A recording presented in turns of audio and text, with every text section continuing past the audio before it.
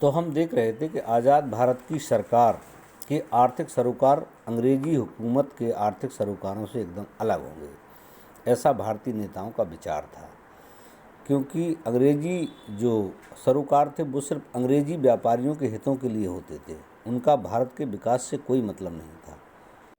तो आज़ादी के आंदोलन के दौरान ही यह बात भी साफ हो गई थी कि गरीबी मिटाने और सामाजिक आर्थिक पुनर्वितरण के काम का मुख्य जिम्मा सरकार का होगा। माने इन सारे कामों में सरकार इन्वॉल्व होगी। नेताओं में इन बातों को लेकर बहस छिड़ी। कुछ औद्योगिकरण को उचित रास्ता मानते थे तो कुछ की नज़र में कृषि का विकास करना और ग्रामीण क्षेत्र की गरीबी को दूर करना सर्वाधिक जरूरी था। ऐसे अलग अलग विचार थे लोगों के। ऐसे पशुपेश की स्थिति में एक रास्ता चुना गया जिसे हम कहते हैं नियोजन। नियोजन का मतलब होता है किसी भी कार्य को योजनाबद्ध तरीके से कार्य करना। योजनाबद्ध तरीके से किया गया कार्य फलीभूत होता है, अर्थात उसका जो फल है वो निश्चित है सही निकलेगा। चाहे वो पढ़ाई के क्षेत्र में हो या अर्थव्यवस्था के क्षेत्र में हो, किसी भी क्षेत्र में हो, अगर हम प्लान करके कोई भी कार्य करेंगे तो निश्चित उसका परिणाम भी अच्छा ही होगा।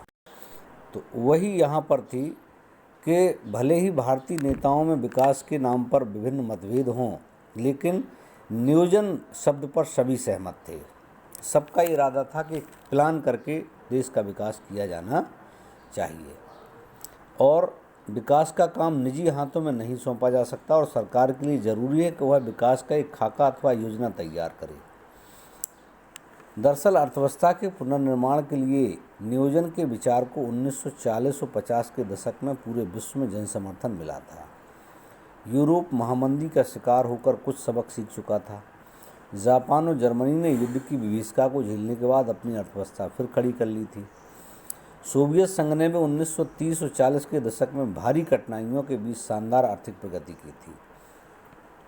तो इन सारी बातों के कारण नियोजन के पक्ष में दुनिया भर में हवा बह रही थी, क्योंकि सबको दिख रहा था कि जो पूंजीवादी अर्थव्यवस्था वाले देश थे, जिनमें जर्मनी है, जापान है, यूरोप है, ये सब मंदी के शिकार थे, जबकि रूस की प्रगति हो रही थी।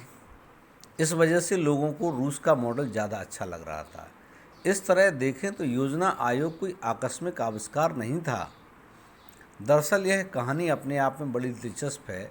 आमतौर पर हम सोचते हैं कि निजी निवेशक, मसलन उद्योगपति और बड़े व्यापारिक उद्यमी नियोजन के पक्ष में नहीं होते हैं। वे एक खुली अर्थव्यवस्था चाहते हैं,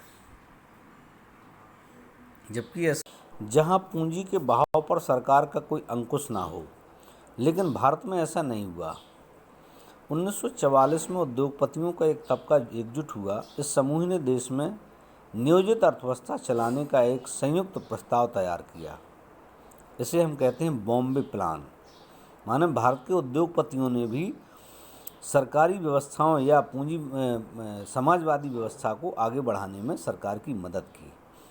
बॉम्बे प्लान की मंशा थी कि सरकार औद्योगिक तथा अन्य आर्थिक निवेश के क्षेत्र में एक बड़े कदम उठाए। इस तरह दक्षिणपंथी हो, वामपंथी हो, उस वक्त सभी चाहते थे कि देश नियोजित अर्थव्यवस्था की राह पर ही चले।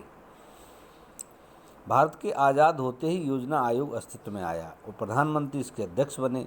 भारत अपने विकास के लिए कौन कौन सा रास्ता और रणनीति अपनाएगा, यह फैसला करने में संस्था ने केंद्रीय और सबसे प्रभावशाली भूमिका निभाई। आज के लिए इतना ही। धन्यवाद।